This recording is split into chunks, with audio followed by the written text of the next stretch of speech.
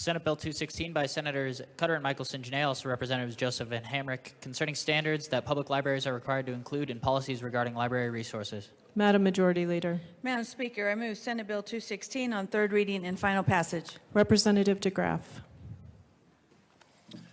Thank you, Madam Speaker. I don't like to come up, but you only get this chance to speak on really bad legislation every two to 3 minutes around here, so I thought I'd do this again.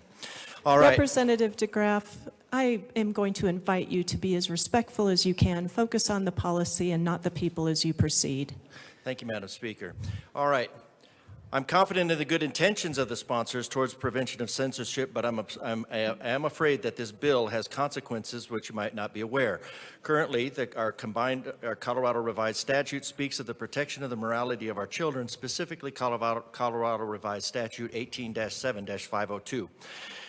In his book on brain plasticity, Dr. Deutsch notes that pornography seems at first to be purely instinctual matter. Sexual explicit pictures trigger instinctual responses which are in the product of millions of years of evolution. This is what pornographers would have us believe, for they claim that they are battling sexual repression, taboo, and fear, and their goal is to liberate the natural pent-up sexual instincts.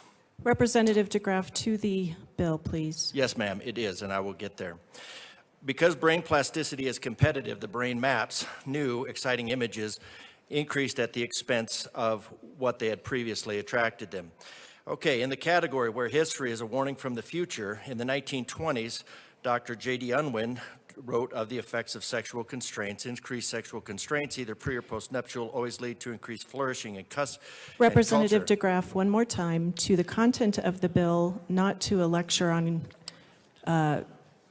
materials. Okay, thank you. So what this bill does, inadvertently, is it violates 18-7-502.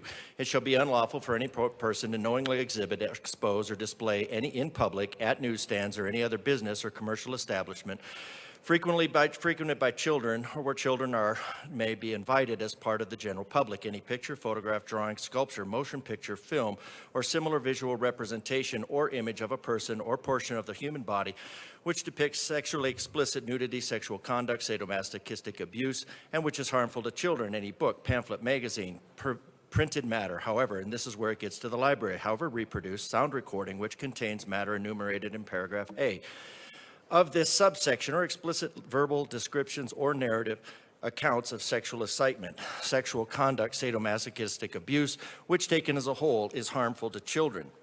And the reason for that is because our schools are saying it's impossible to tackle the embedded behaviors of sexual harassment in schools without talking about the harmful impact pornography is handling on them, so I'll be going by this definition.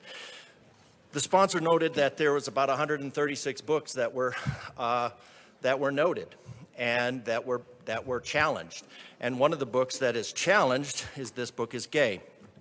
And so this is one of the books that is considered to be uplifting, positive, and all that, and suitable for children. So I'm just going to read from some of the passages of a book that is suitable for children, uplifting in all possible ways. Representative DeGraaf, that is not part of the bill.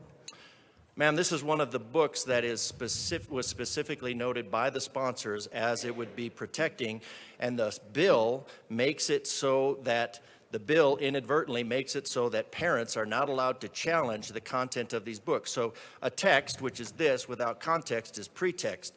And we have a bill that is saying that it's precluding censorship, but what it is protecting actually, along with some of the other books that may or may not be okay, it is protecting a book, which I just thought I would read a few passages out of, because they are considered because they were found to be in school libraries and Pikes Peak Library District in audio and ebook. So it's suitable for children, and I just wanted to give everybody a taste of what this bill is actually protecting. So I don't know how, when the sponsor said this is about protecting 136 books, this book is on that list, and this legislation is intended to keep this book in libraries and preclude it from being reviewed. So it is specifically to the book. How sex apps work. a book that is included as referenced in here, and specifically set aside so that parents may not challenge it. How SexApp works: upload a tiny picture of yourself to the app. The app works out your location. The app tells you who the nearest homosexuals are. You chat with them. Yet, because you are near, it is easy to meet up with them. If you are looking for ubiquitous fun, the words sex, shag, the F word ironically are banned from the sex app, be upfront about it, then no one's feelings get hurt. The sex app debate. They're sold to us as social networking apps, but we all know what they're really for. It's built like selling a dildo under the pretext that it's used as a draft excluder. If people want casual sex, then something like Grindr is a must. If you're that horny, then what you do is go to a sex meet a trick. Representative DeGraaf, please speak to the content of the bill concerning standards for public libraries. Ma'am, this is the I standard. appreciate your cooperation. Thank you. Ma'am, this is the standard that the bill speaks to. The standard speaks to protecting this literature. And I don't know why when the library is that this bill is specifically set aside to talk about whether if you're that horny, you want to go to a sex meet and meet a trick in public. Representative DeGraaf, we will stand in recess.